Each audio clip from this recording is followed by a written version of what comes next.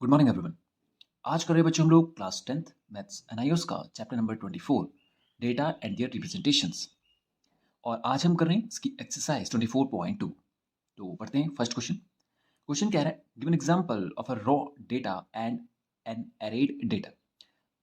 आपको एग्जांपल देना है एक एक, या आपको एग्जांपल देना है रॉ डेटा का और एरेड डेटा का। सबसे पहले तो समझ लेते हैं डेटा क्या होता है, उसके बाद रॉ डेटा क्या होता है, एरिड डेटा क्या होता है वो समझेंगे। वैसे डेटा का मतलब होता है कलेक्शन ऑफ इंफॉर्मेशन। देखिए,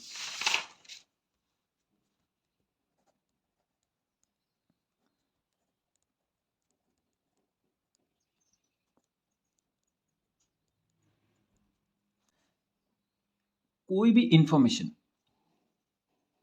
जिसको हम जनरल टर्म में इंफॉर्मेशन या कोई जानकारी या कोई सूचना हम कह लेते हैं, यहां पर हम उसको डेटा कह रहे हैं। डेटा का मतलब है जब आप जानकारी को इकट्ठा करते हैं, उस इकट्ठा हुई जानकारी को हम मैथमेटिकल टर्म में कह लेते हैं डेटा, या स्टैटिस्टिक्स की टर्म्स में कह लेते हैं डेटा। या आपने ये डेटा वर्ड मुझे कंप्यूटर की टर्म्स में भी सुना होगा। जब हम कंप्यूटर एज अ सब्जेक्ट के बारे में बात कर रहे होते हैं तो वहाँ पर हम अक्सर इस टर्म का यूज़ करते हैं कि हमारा जो डेटा है वो कंप्यूटर में स्टोर है, या ये वाला डेटा हमारा उस फाइल में स्टोर है। तो वहाँ पर हम डेटा असल में इंफॉर्मेशन को ही कहते हैं। वो कलेक्शन ऑफ इंफॉर्मेशन है, वो भी डेटा है। यहाँ पर जो कलेक्शन ऑफ इंफॉर्मेशन है इसको भी डेटा कहते हैं। जैसे कोई भी इंफॉर्मेशन, कोई भी जानकारी, तो जो डेटा है वो असल में एक इंफॉर्मेशन का कलेक्शन है। आप कोई भी जानकारी इकट्ठा कर रहे हैं, वो कलेक्टेड इंफॉर्मेशन क्या कहलाएगी, डेटा कहलाएगी। ठीक है। अब एक एग्जांपल देखिए, जैसे हमारी जो बुक है, आपने देखा होगा बुक में बहुत सारे चैप्टर्स होते हैं।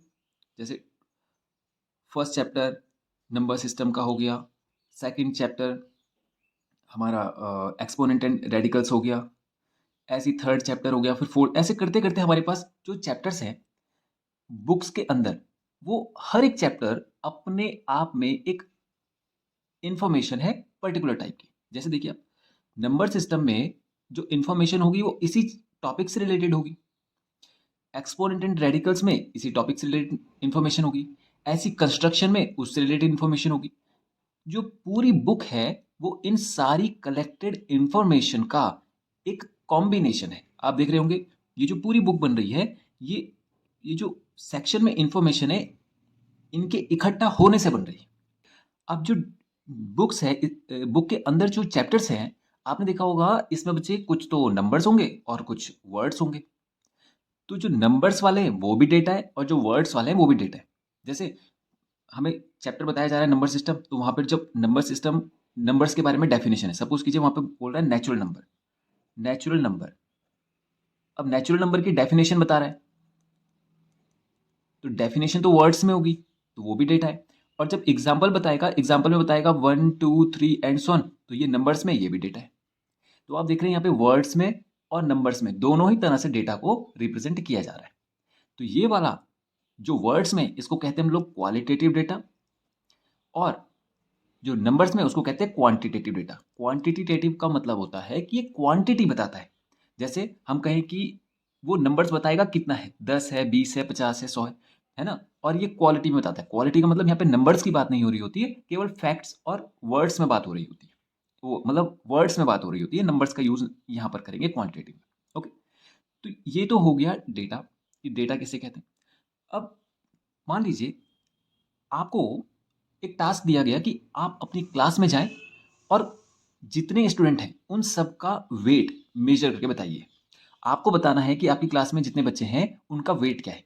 ठीक है।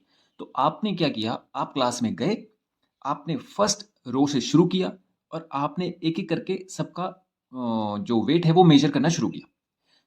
तो अब जो बच्चे बैठे हुए हैं फर्स्ट रो में, सेकंड रो में, ऐसे करके जो बैठे हुए हैं, आपने यहाँ से शुरू किया, तो किसी 40 kg, किसी का वेट आया 50 kg, किसी का आया 45, किसी का 48 आया, 52 आया एंड 49 आया।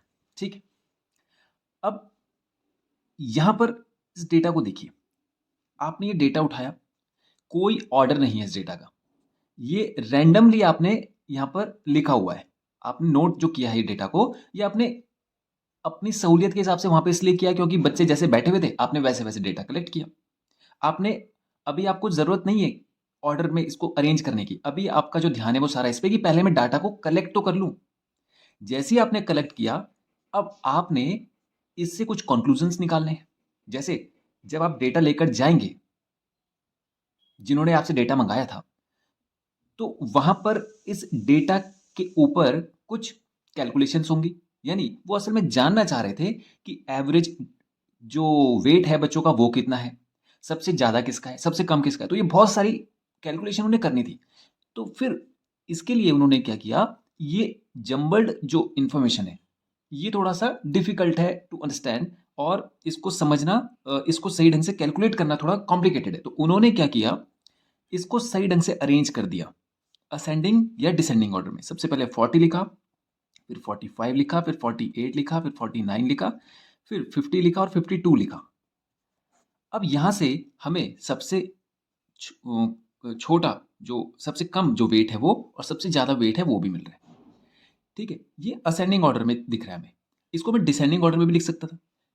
ये 2 जो डेटा रिप्रेज़ेंट करने की फॉर्म है बच्चे, इस फॉर्म को कहते हैं हम लोग रॉ डेटा और इसको कहते हैं हम लोग एरेड data.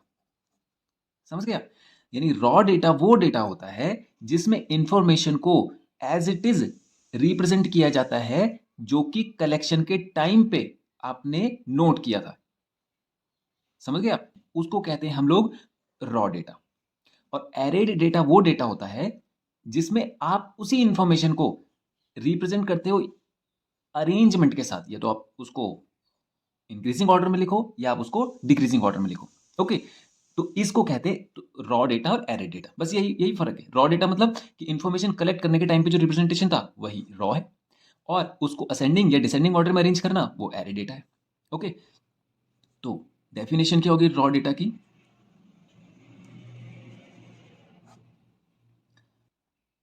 The collection of information is represented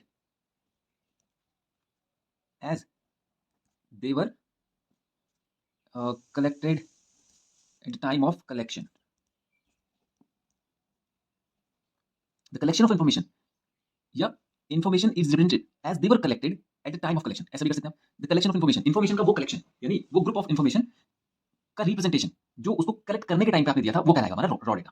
ठीक है, example height of student of class 5th, हमने क्लास 5th की स्टूडेंट की जो हाइट थी उसका डेटा कलेक्ट किया। ये आ रहा है या इसको वेट कर देते हैं, हम लोगों ने यहाँ पे एग्जांपल लिया था, वेट कर देते हैं इसको। ठीक है, वेट वेट कितना था 40 45 48 49, ये बस ये हो गया रॉ डेटा। ठीक है, अब इसी डेटा को जब हम अरेंज करेंगे असेंडिंग और डिसेंडिंग ऑर्डर में, वो कहलाएगा हमारा एरेड डेटा। तो क्या होगा, इंफॉर्मेशन व्हेन इंफॉर्मेशन और कलेक्शन ऑफ इंफॉर्मेशन और collection of information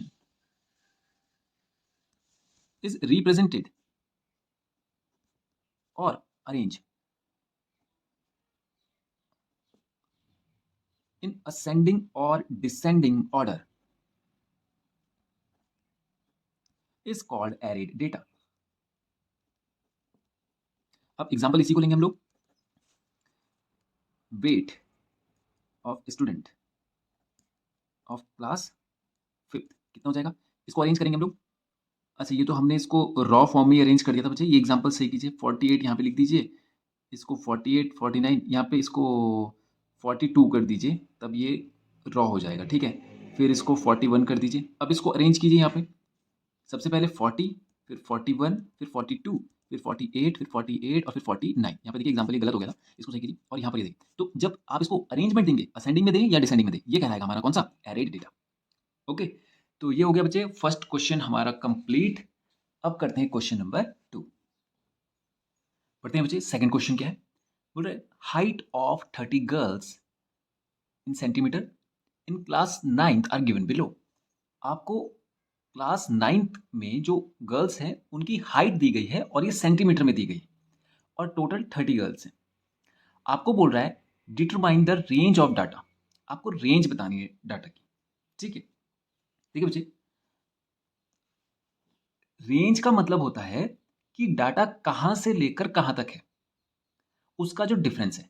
कहां से मतलब, जैसे आप देख रहे होंगे यहां पर कोई नंबर होगा, ये कहीं से तो शुरू हो रहा होगा, इसका एंड पॉइंट भी तो होगा कोई, एक लेफ्ट से और एक राइट से, कि जैसे हम बोले कि शुरुआत यहां से हो रही है और खत्म यहां पर हो रहा है, तो वो जो एंड पॉइंट्स हैं उनका डिफरेंस ही कहलाता है हमारा रेंज।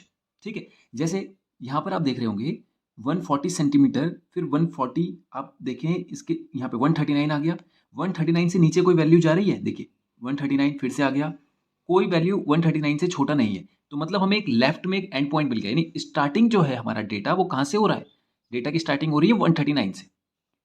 ठीक है, और 139 से आगे बढ़ते हुए ये डेटा चलता ही जा रहा है, और मैक्सिमम जो रीच है इसकी, मतलब जो आखिरी पॉइंट तक जा रहा है ये, या कहें सबसे बड़ा जो नंबर हमें यहाँ पे मिल रहा है वो कौन सा है, देखिए 158, 160 आ गया है, 160 के आगे, 160 के आगे देखिए, 160 के आगे कोई डेटा नहीं है, 160 हमारी मैक्सिमम हाइट आ रही है, और 139 हमारी मिनिमम हाइट आ रही है इस डेटा के हिसाब से। तो ये मतलब स्टार्टिंग पॉइंट हो गया हमारा 139, और ये हमारा एंड पॉइंट हो गया 160, तो मतलब यहां से यहां तक डेटा क्लोज है पूरा, मतलब डेटा जो है वो इसके अंदर ही पैक है। समझ गए आप, 139 से शुरू होता है 160 पे खत्म होता है, यानी जितनी भी वैल्यूज है वो इसके बीच में ही आ रही है, तो यही तो हमारा रेंज कहलाएगा। तो रेंज ऑफ द डेटा क्या होता है कि मैक्सिमम वैल्यू से मिनिमम वैल्यू को आप माइनस कर दें, वो कहलाता है हमारा रेंज। तो 160 माइनस 139 कितना हो जाएगा, 21, 5 माइनस 3 2, ये।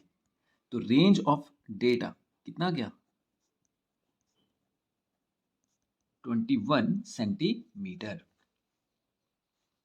इसको हमें अरेंज करने के लिए कहे, ये कहे कि अरेंज कीजिए और फिर रेंज बताइए, तो पहले आपको इसको असेंडिंग या डिसेंडिंग ऑर्डर में अरेंज भी करना पड़ेगा। ओके, ये तो हमने यहाँ पे ऐसे ही बता दिया, क्योंकि यहाँ पे कुछ कहा नहीं गया था कि इसको पहले अरेंजमेंट दीजिए फिर रेंज बताइए, केवल ये कहा गया डिटरमाइन द रेंज, रेंज बताइए। तो हमने मिनिमम वैल्यू उठाई और मैक्सिमम वैल्यू उठाई, तो हमारे पास मिनिमम जो वैल्यू आ रही है वो क्या आ रही है, और maximum value of the data ये आ गया हमारे पास कितना, 160। तो रेंज क्या होता है, difference of max and minimum value, ये होता है रेंज। तो ये हो जाएगा कितना, 160 minus 139 is equals to 21 centimetre. ठीक है, और अगर इसको अरेंजमेंट करने के लिए कहेगा तो सबसे पहले हम क्या करेंगे, इस डेटा को अरेंज करेंगे असेंडिंग से डिसेंडिंग ऑर्डर में। तो मैं इसको अरेंज कर देता हूं आपके लिए। तो ये हमने अरेंज कर दिया डेटा को बच्चे, 139 से हम आगे बढ़ते गए, असेंडिंग ऑर्डर में लिखा है, और 160 तक पहुंचे। तो आपको दिख रहा होगा ये रही मिनिमम वैल्यू और ये रही मैक्सिमम वैल्यू, तो यही हमने यहाँ पर इसको रेंज बना दिया। ओके, तो ये हो गया क्वेश्चन 2B हमारा कंप्लीट। ठीक है बच्चे, तो आज के वीडियो में इतना ही करते हैं, नेक्स्ट वीडियो में करेंगे इसके आगे के क्वेश्चन। Thank you.